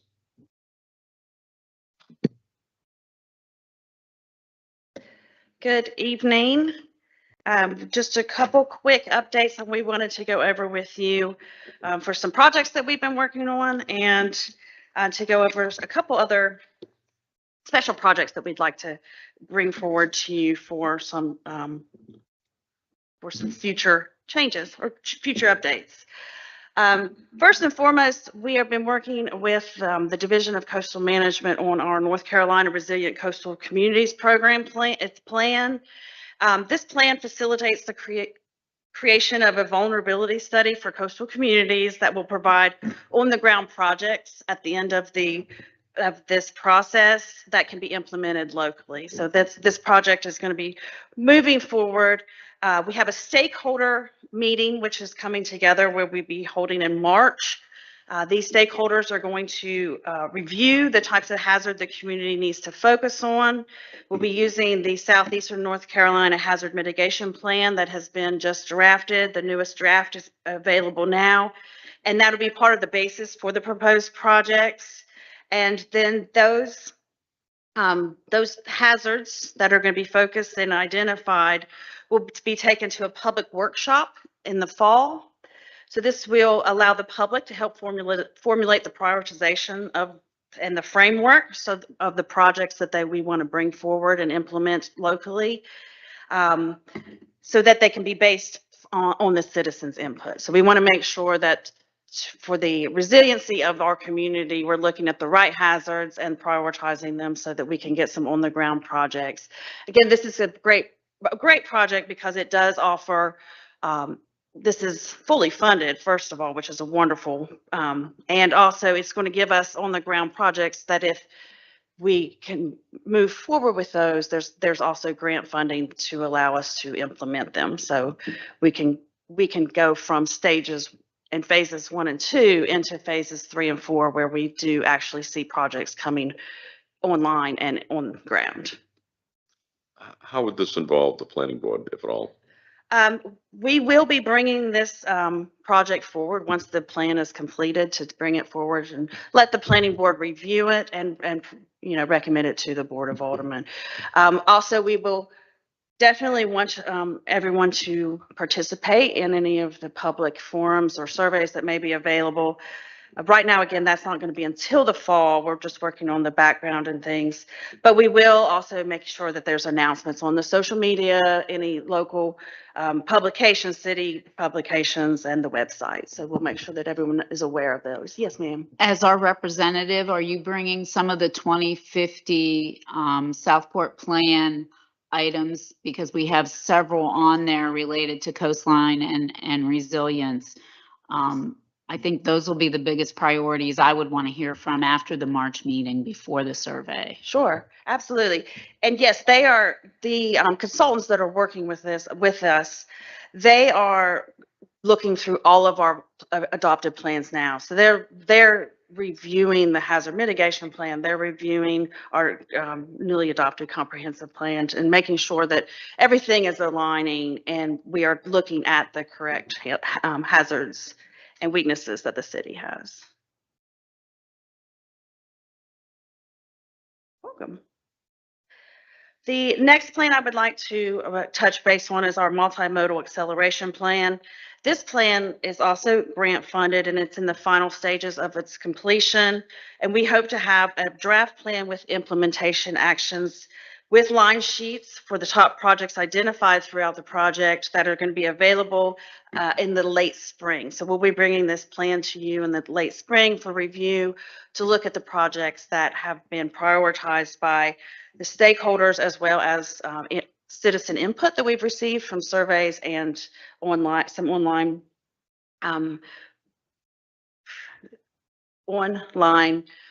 meetings that we have had with the citizens. Again, we will bring it to you for your review and recommendation to the Board of Aldermen. I also wanted to touch base briefly on the 211 widening project. It is moving forward and is scheduled for completion in 2027.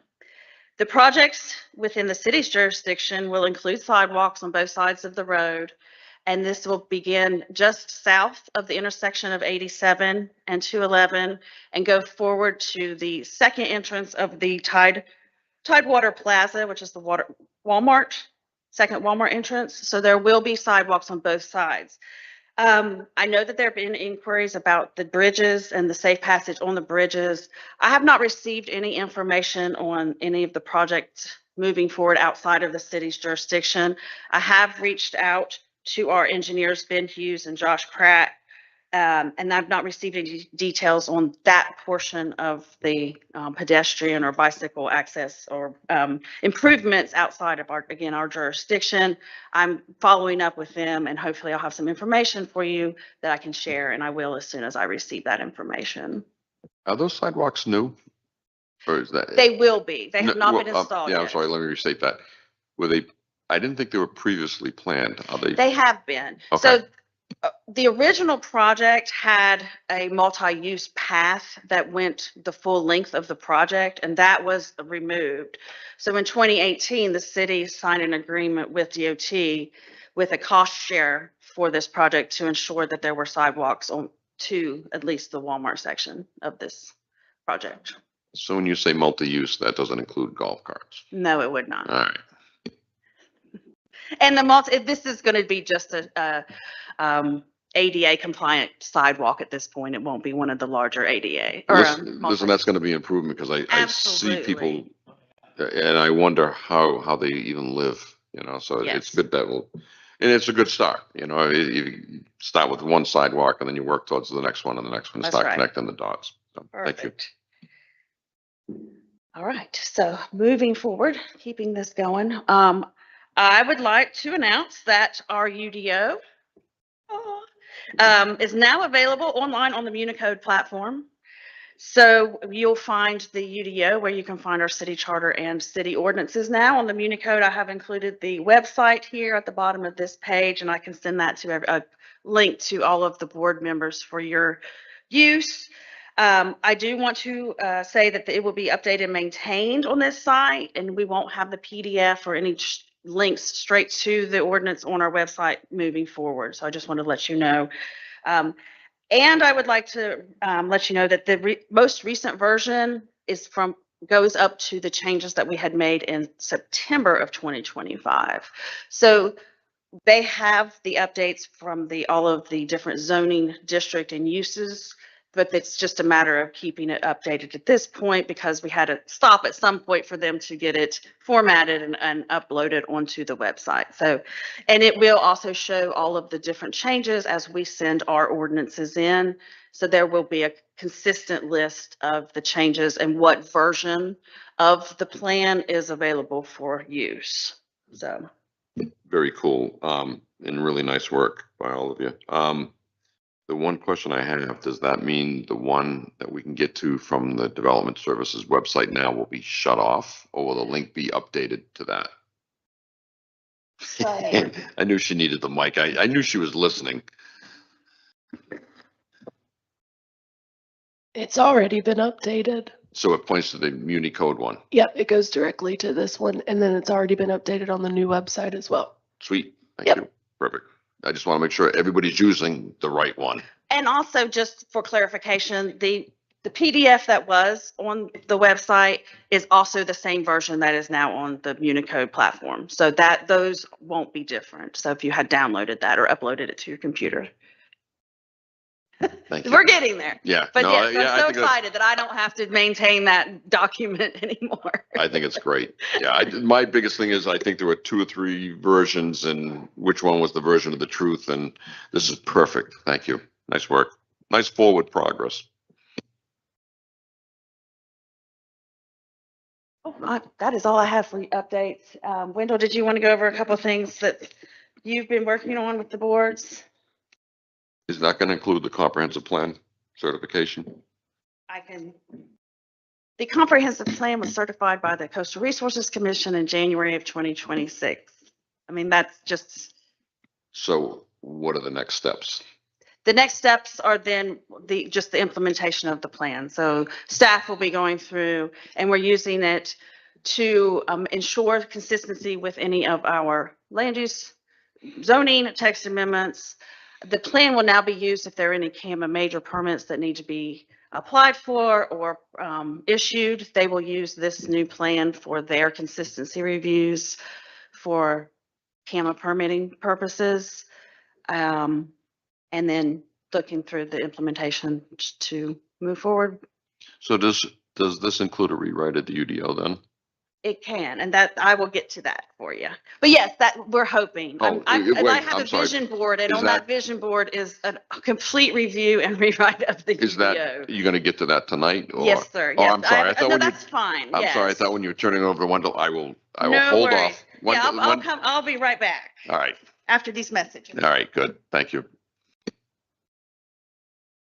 Hey, good evening again. So I'm just going to give you a quick rundown of the February's Board of Adjustment meeting. We've had one special use permit issued for 109 South Atlantic Avenue. The applicant was requesting and was granted a special use permit for an accessory dwelling unit to go with that primary residence. It was granted with the condition that they could not rent out said ADU separate from the main dwelling. We also had an appeal hearing heard by the Board of Adjustments that was voted in favor of the appellate. Essentially, the appeal was regarding a right-of-way notice of violation letter, and the language, the board felt that the language in the notice of violation letter wasn't strong enough. It was too passive.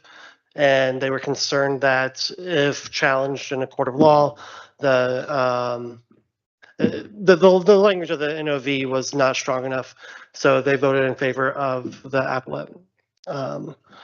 We also had a forestry committee meeting. Broad strokes there. I will be presenting a very rough draft of a new tree ordinance to the March forestry committee's board meeting. And that is that. How do we get involved in the, or do we get involved in that ordinance with the trees? You will want, so basically the way it's going to work is I'm going to generate a rough text amendments. The board's going to give us their input, the forestry committee is. And once Director Meehan and myself and the board have worked something that's worth your guys' consideration, I will then present it just like I did at Bed and Breakfast. And then you guys will have a product to either recommend approval or recommend denial, or send back to committee and or rework. Thank you. Timeline, I'm hoping, I'm anticipating April, May, to go before you guys. May at the latest for the tree ordinance. Question on the violation that was nulled or canceled. Is that violation going to be reissued in the proper language? So no, I misspoke. It wasn't a right-of-way violation. It was about the parking overlay. Essentially, it is a null violation now. If the property owners end up utilizing the property incorrectly again, then we have the language Director Meehan, myself, and Harlan have written a zoning ordinance, standard operating procedure, and we've critiqued our notice of violation letters. And so moving forward, those letters will be on point. But to your point, the violation is now, they're basically at a baseline. And if they violate the ordinance again, we will be ready with an appropriate notice of violation letter. Moving forward. There's a couple, I guess, zoning variance signs around town, one down on Bay Street and one somewhere else. I don't remember where I saw it. Can you comment about those? Absolutely, yes, sir. So those are going to be for the February 29th, 24th, pardon me, next Tuesday's Board of Adjustment meeting. Two of them, the West Brunswick address and the West Moore Street, they're both special use permits for an ADU. The Brunswick residence has an existing structure. They just want to build out the upper level and turn it into an ADU. The one on Westmore, they are wanting to build an ADU. Well, they're wanting to bring their existing structure into compliance and build an ADU. And then the 410 East Bay Street is a zoning violation that they are appealing. So that will be going before next Tuesday's Board of Adjustment meeting. That one is the fence on the right of way. Correct, yes, sir. The next property down the street, my understanding is they've withdrawn their lawsuit against the city. Let's not, I don't want to do anything to do with legal action in open session. I don't think it's appropriate for us to do that. Noted. Just to summarize, yes, the 410 East Bay is they are appealing a notice of violation generated by staff, and that is regarding the right of way. So I apologize for mixing up my appeals. Yeah, that's fine. With respect to anything that's with ongoing legal action, I'd rather have the board individually talk to members of staff to get any updates that they need so that we can make sure that we're not talking out of school and making some suggestions and things like that. So I think it's more appropriate for us to talk individually to staff if you want those kinds of updates. So, and I hope that's all right. Mr. Chair, just for my clarification, it's okay that I mention what is going before the Board of Adjustment. Yeah, the Board of Adjustments are fine. I'm talking about, he asked about some legal action. That's what I just want to be careful we don't cross that bridge. Noted, and I appreciate that. I just want to make sure that I'm not going to be dinged by just telling you what is on the agenda for that board. Nah. Anything else? No, that concludes my time this evening. Cool. Thank you, Wendell, very much. Yes, have a good day. Come on down. Going number 3. Okay, these last two items are kind of our special projects that I wanted to bring up that we've got on the agenda. The first one, I know we've talked about this project, permit dashboard, permit software. So I spoke with the chair a few weeks ago and kind of discussing the version that we had moving forward, kind of wasn't hitting the mark on some of the things, really wanting to look more at a dashboard very similar and GIS based, similar to what the county is using. So I wanted to bring you up to date on that portion of it. So we are developing and implementing online permit process through OpenGov. So that's where we do all of our permitting now for, our zoning permit is actually on there, as well as any of our other building permits. But we will now be adding to that our site plans and our text amendments, so that way those will be there, and it'll create a true timeline, and it'll be a structured workflow will be available there. So that way that anyone can look at that. Also, staff is meeting with Brunswick County's planning GIS analyst next week or no, I'm sorry, in 2 weeks, I apologize. And so we're going to be working directly with them to establish a GIS-based dashboard with them. They're going to be helping us out, working through that.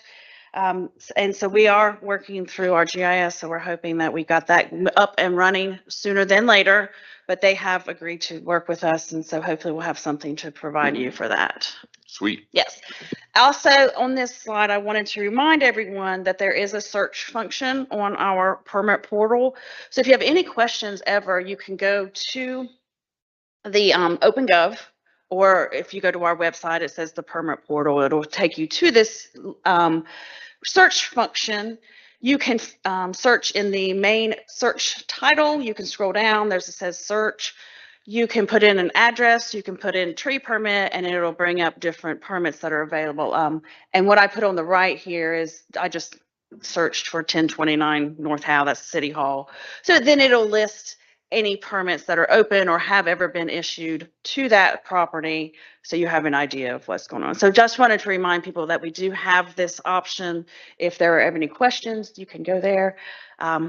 And then call us if you have any more questions. We're happy to help. So that's the dashboard / permit. And then also I wanted to remind everyone of the search function. So just so I'm Yes. clear, we will be able to create dashboard reporting with OpenGov. Yes, so that will be able to provide a more sophisticated reporting, and it'd be similar to what you see from the permit reports that are generated for the Board of Aldermen. Okay, I'd like to be able to go back 10 years as a goal, load up 10 years worth of data. I will do my best. Okay, You know, I mean, I've got to start somewhere, and we got to start moving forward. We can fill in as we move forward. yeah, you can't do a dashboard report unless you have some That's older I data to agree, take a look at. 100%. Cool, Yes. thank you. Yes, ma'am. My question was going to be why 10 years? Because typically, even the IRS doesn't go back that far. Because it can take 10 years for projects. Could. Yeah. So I want to go back as to starting anything in, let's say 2015, 2016 forward. So that way we have some good baseline data. And I'm a data guy, so more data is always good.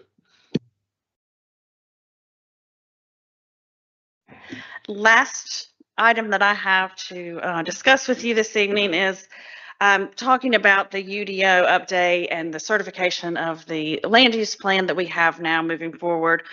Again, I mentioned that I have a vision board and I want to work towards having a full review and update of the UDO so that we can make sure that it is consistent with the land use plan and also meets the goals that the city has. I think there have been a lot of changes in the last 10 years, 6 years since the original 2020 UDO was written and adopted. So we want to really look at that. I think it's functionality of that UDO.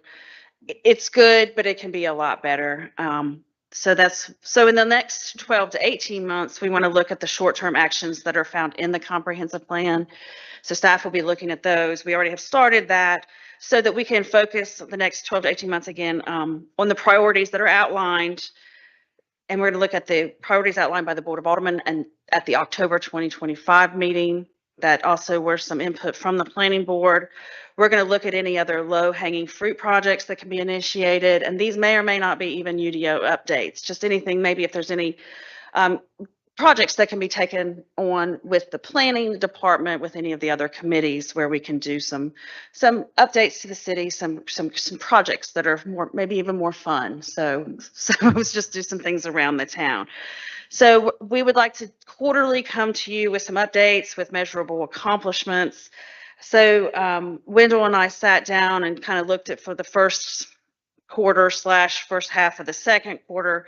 We found 4 policies that we wanted to really focus on at this point and bring forward some UDO updates that we can work all together with to, one, meet the goals and policies of the plan, as well as knowing that these are some issues that have been around that we want to make sure we're taking care of prior to having to wait for a larger update. So The first one is policy 6.5, which is established built upon area limits for zoning districts. So section 3.9 will be updated for dimensional requirements. This will be offering proposed impervious surface limits. And hand in hand with that, we are looking at a grading and land disturbance ordinance that is will be proposed by the city engineer, and he'll be bringing that forward concurrently with me. And so the city attorney is reviewing this language. So that has been in the works for a while, and that's going to be one of the ones that you will see sooner than later, because we have been working on that in conjunction with the stormwater ordinance that was approved in 2025, is the fall. The next is policy 4.6, continue to maintain and improve South Fork's tree canopy.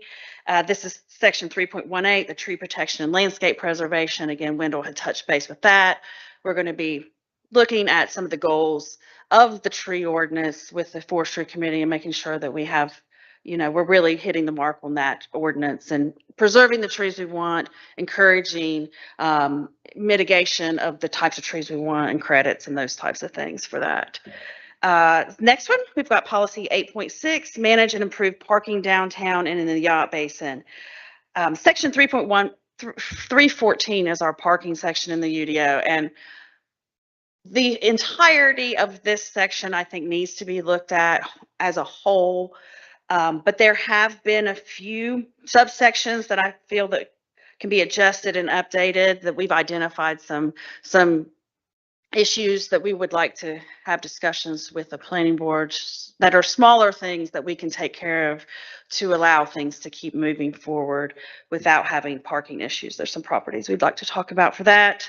And then policy 1.1, encourage the development pattern that honors South Fork's character and respects the natural environment.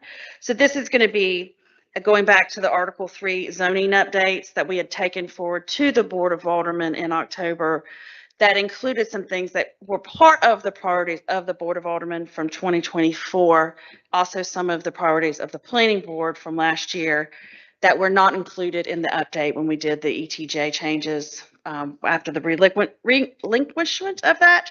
So I want to bring those forward and make sure that we're getting those taken care of as well, so that we have those kind of low-hanging fruits for that too. So with that, thank you so much. If you have any questions, I'm happy to answer them. Is that all going to be like next month? I'm sorry? That's all going to be done next month? Yes. Yeah. Yes. Good. Nice work. So it sounds like you've got a plan. You've got deliverables, you've got dates, you've got goals.